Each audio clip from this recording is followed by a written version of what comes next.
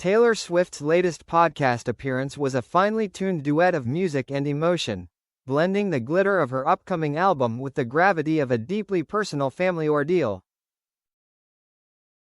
Swifties had been holding their breath for months, but on Wednesday night, their patience was rewarded.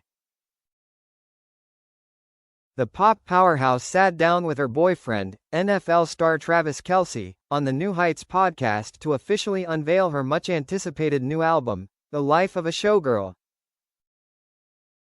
The evening delivered not just the dazzling 12-track lineup and striking cover art, but also an intimate glimpse into the singer's private life.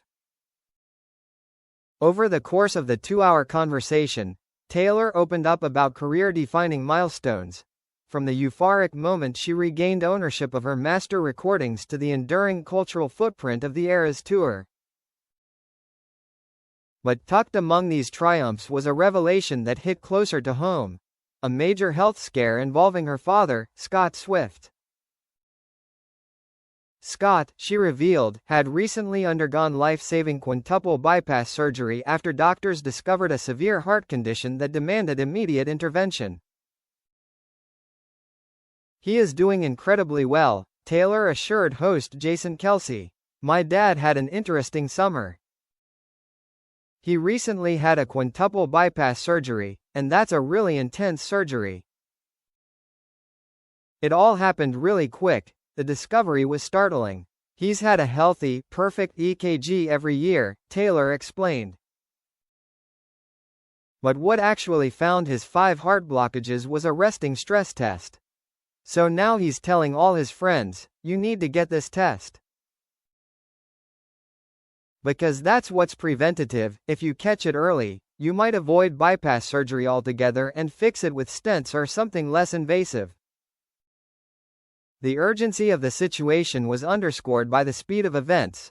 Within a single day of learning about the blockages, Scott was booked for surgery. In characteristic fashion, he didn't want to alarm the family, or have them rushed to his bedside. Taylor, of course, ignored that request. She dropped everything to be there for him, even stepping in with a little tough love when he spent his recovery nights FaceTiming friends instead of resting. "I confiscated his phone," she laughed.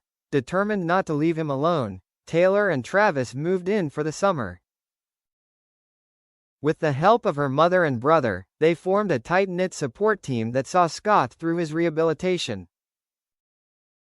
By the time the season ended, he was firmly on the road to recovery, and Taylor had another chapter to add to her ongoing story of resilience, family, and music.